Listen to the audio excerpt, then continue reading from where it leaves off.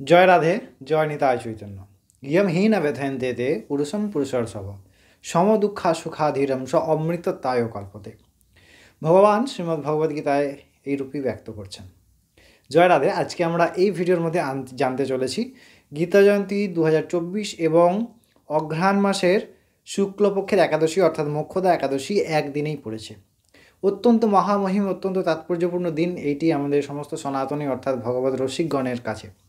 প্রথমত তো গীতা জয়ন্তী, যে গীতার আধার সমস্ত ব্রহ্মতত্ত্ব জ্ঞান একদিকে আর গীতার অমৃতময় জ্ঞান একদিকে, সমস্ত শাস্ত্রের জ্ঞান একদিকে আর গীতার জ্ঞান একদিকে। কারণ যত শাস্ত্র আছে সেই শাস্ত্রের যা সার তত্ত্ব আছে ভগবানের এক একটি শ্লোকই তাহা ব্যক্ত করতে স্বয়ং সম্পূর্ণ। কারণ ইহা ভগবানের দ্বারা সাক্ষাৎ প্রকাশিত হয়েছে শ্রী কুরুক্ষেত্রের প্রাঙ্গণে অর্জুনরূপী জীবকে কল্যাণ করার জন্যে, মোহ থেকে বাইরে বের করার জন্যে।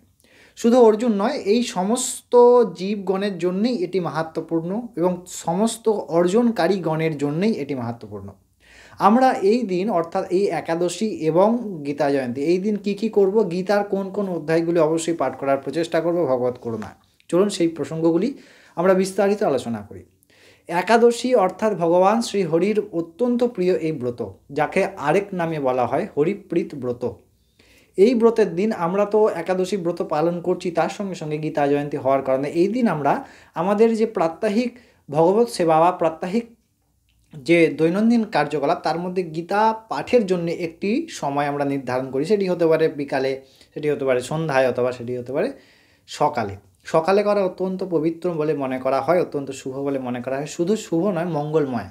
কারণ এটি আরও সামর্থ্যপূর্ণ হয় যদি আমরা ব্রাহ্ম মুহূর্তে এই দিন উঠে সূর্যোদয়ের পর আমরা স্নান আদি ইত্যাদি করে ভগবান তুলসী মায়ের পরিক্রমা আদি জল প্রদান করে আমরা গীতার ভক্তিযোগ, জ্ঞানযোগ, মোক্ষযোগ, বিশ্বরূপ দর্শন যোগ এবং বিভূতি যোগ, কিছু না পারলে মোক্ষযোগ এবং ভক্তিযোগ, এই কটা কিন্তু আমরা আলোচনা করলি।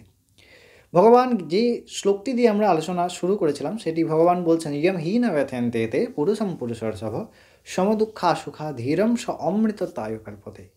তিনি অমৃত পদের অধিকারী হতে পারেন, তিনি পরম পদের অধিকারী হতে পারেন, যিনি সমানভাবে সুখ এবং দুঃখ, জ্ঞান এবং অজ্ঞান, শীত উষ্ণ, সুখ দুঃখ, তাপ, কীর্তি, দুর্নাম সমস্ত কিছুতেই সমান ভাবাপন্ন হয়, কেবলমাত্র পরমাত্মা তত্ত্বকে ব্রহ্মাণ্ডময় আস্বাদন করে।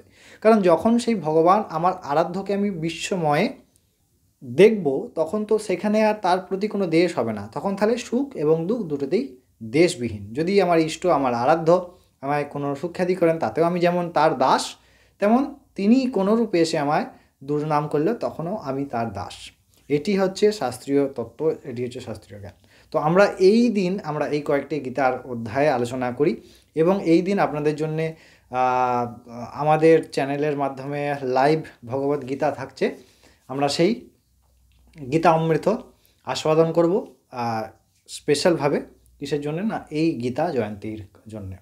চলুন আমরা আবার পরবর্তী সময়ে আপনাদের সঙ্গে ফিরে আসি, আবার পরবর্তী কথা, পরবর্তী ভিডিও নিয়ে। ততক্ষণ অনেক ভালো থাকবেন, আনন্দ থাকবেন। অবশ্যই গীতামৃত আস্বাদন করুন প্রত্যেক দিন সকালে, এবং আমাদের এই গীতা জয়ন্তীর দিন শ্রীমদ্ ভগবদ্গীতা পাঠের বিশেষ ব্যবস্থা আমরা করার প্রচেষ্টা করব। আপনারা অবশ্যই এই কথামৃত আস্বাদন করুন। ততক্ষণ জয় রাধে, জয় নিতাই চৈতন্য।